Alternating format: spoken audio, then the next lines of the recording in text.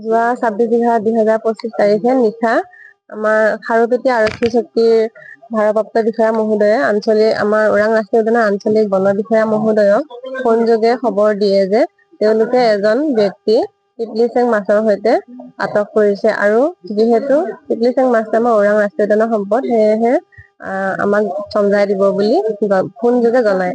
সেই মৰ্মে আমাৰ আঞ্চলিক বন বিষয়া মহোদয় আমাৰ কাৰ্যালয়ৰে সহকৰ্মী শ্ৰী মলিন পাঠক বনপালক একে খাৰুপেটীয়া আৰক্ষী চকীলৈ গৈ এজন ব্যক্তি আৰু 17টা মাছৰ সৈতে আৰু এটা মোবাইল ফোন জব্দ কৰি আমাৰ ওৰাং ৰাষ্ট্ৰীয় উদ্যানৰ কাৰ্যালয়লৈ লৈ আহে। টিপলিচেং মাছ খাৰুপেটীয়া আৰক্ষী চকীয়ে জনোৱা মতে আলিকাষ গাঁৱৰ বাসিন্দাই গাঁৱৰ ৰাইজে তেওঁলোকক নুৰ মহম্মদ বুলি এজন মানুহৰ ঘৰত আবদ্ধ কৰি ৰাখিছিলে আৰু যেতিয়া তেওঁলোকে গৈছিলে তাত 4জন মানুহ আছিলে বুলি তেওঁলোকে ৰাইজে জনায় আৰু 3জন মানুহ পলাই যাবলৈ সক্ষম হয় আৰু তেওঁলোকে এজনক আটক কৰে আৰু আটক কৰা ব্যক্তিজনৰ নাম হল মফিদুল ইছলাম, বয়স আনুমানিক 23 বছৰ হ'ব, কাছমাৰী সোণাৰী গাঁও, থানা দলগাঁও। হয়, সেই 3জনৰ আমি বিচাৰ কৰি আছো, কিন্তু এতিয়া আমি জনাব নোৱাৰিম যিহেতু আমাৰ ইনভেষ্টিগেশ্যন চলি আছে। এতিয়া তেওঁক ন্যায়িক জিম্মালৈ প্ৰেৰণ কৰা হ'ব।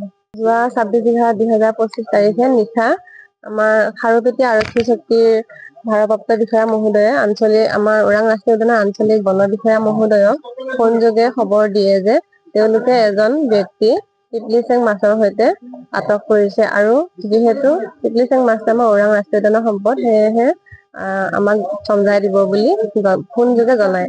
সেই মৰ্মে আমাৰ আঞ্চলিক বন বিষয়া মহোদয় আমাৰ কাৰ্যালয়ৰে সহকৰ্মী শ্ৰী মলিন পাঠক বনপালক একে খাৰুপেটীয়া আৰক্ষী চকীলৈ গৈ এজন ব্যক্তি আৰু 17টা মাছৰ সৈতে আৰু এটা মোবাইল ফোন জব্দ কৰি আমাৰ ওৰাং ৰাষ্ট্ৰীয় উদ্যানৰ কাৰ্যালয়লৈ লৈ আহে।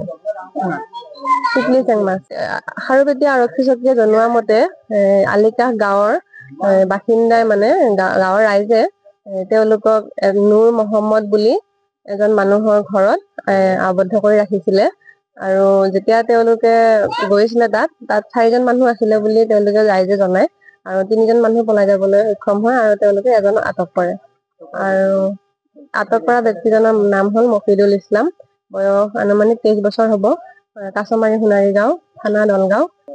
হয়, সেই 3জনৰ আমি বিচাৰ কৰি আছো, কিন্তু এতিয়া আমি জনাব নোৱাৰিম যিহেতু আমাৰ ইনভেষ্টিগেশ্যন চলি আছে। এতিয়া তেওঁক ন্যায়িক জিম্মালৈ প্ৰেৰণ কৰা হ'ব।